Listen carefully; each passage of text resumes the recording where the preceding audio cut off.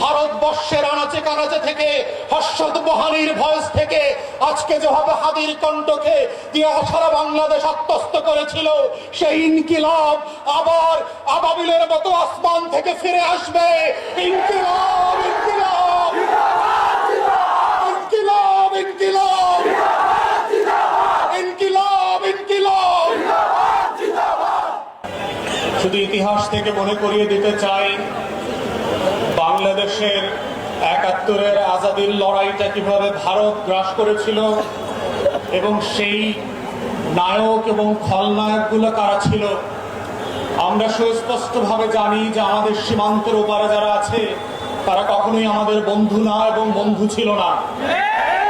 কিন্তু যেটা আমরা জানি না সেটা হচ্ছে আমাদের সশস্ত্র বাহিনীর মধ্যে কারা ঘাপটি মেরে দিল্লির খলনায়ক অ্যাসেট হিসাবে কাজ করছে। আমরা যেটা জানি না সেটা হচ্ছে আমাদের ডিজিএফআই, এনএসআই, এসবি, ডিবি থেকে শুরু করে রাষ্ট্রের আমলাতন্ত্রের মধ্যে নখরে নখরে কারা কারা বাংলাদেশকে প্রত্যেক দিন বিক্রি করে দেওয়ার জন্য কাজ করছে।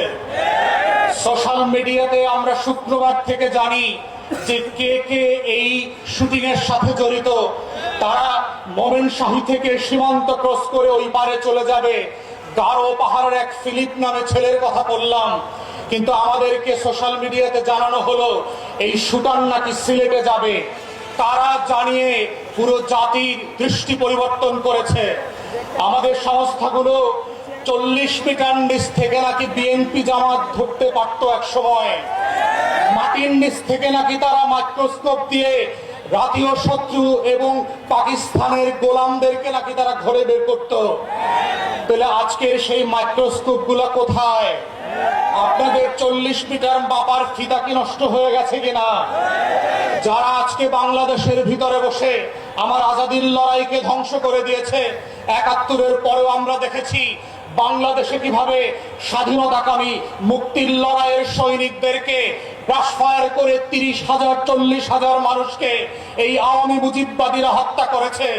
আমরা দেখেছি কাউন্টার কুর মধ্য দিয়ে আমাদের সশস্ত্র বাহিনীর ভিতরে শৃঙ্খলা বিনষ্টের যে নিরলস প্রচেষ্টা। আমরা সেই সময় দেখেছি কাদের সিদ্দিকের মতো এক গোলাম রাজাকার ভারতের, তার নেতৃত্বে কাদেরিয়া বাহিনী করে সীমান্তের প্রশিক্ষণ, টাকা এবং অস্ত্র দিয়ে আমার শত শত বিডিআর জওয়ানকে হত্যা করা হয়েছে। আমরা ৭৫ পরবর্তী বাস্তবতায় দেখেছি কিভাবে বাংলাদেশে রাজনৈতিক অনৈক্য তৈরি করা হয়েছে। এই প্রসেসের মধ্য দিয়ে পৃথিবীতে প্রত্যেকটা আজাদির লড়াইকে কিভাবে খেয়ে দেওয়া হয়। অথবা আজকে অভ্যুত্থানের পক্ষের শক্তি যারা ছিলেন, আপনারা যদি বোধ করে থাকেন ১০টা ২০টা ৩০টা ৫০টা আসনের জন্য ডানে বামে তাকাবেন, মনে রাখবেন বিএনপি জামাতের নেতাদের ফাঁসি কিন্তু আটকানো যায় নাই। আপনাদের বিভক্তি কিন্তু পুরো জাতিকে সর্বগ্রাসী ছোঁয়ার মধ্যে ফেলে দেবে এবং সেই ছবল থেকে কেউ বাঁচতে পারবেন না। তাই আজকে ৭৫ পরবর্তী সেই বাংলাদেশের আজাদি যে হস্তক্ষেপ ছিল, আজাদি ছিনতাই হয়ে গিয়েছিল, সেই ছিনতাই হওয়ার ইতিহাস থেকে নতুন করে আবার আমাদেরকে শিখতে হবে যে বাংলাদেশের এই খলনায়করা কিভাবে প্রশাসনে ঘাপটি মেরে বসে আছে, বিভিন্ন রাজনৈতিক দলকে বিভ্রান্তির মধ্যে ফেলছে। গণ অভ্যুত্থানের এক দলকে আর এক দলের বিরুদ্ধে বট বাহিনীর মিথ্যা পোস্টের মধ্য দিয়ে লেলিয়ে দেওয়া হচ্ছে, সম্পর্ক হানি করে বাংলাদেশকে রাষ্ট্র আকারে দুর্বল করা এবং এইখানে নির্বাচনকে ভণ্ডুল করবার যে আয়োজন চলছে এবং এর পিছনে যে বয়ানের রাজনীতি আছে।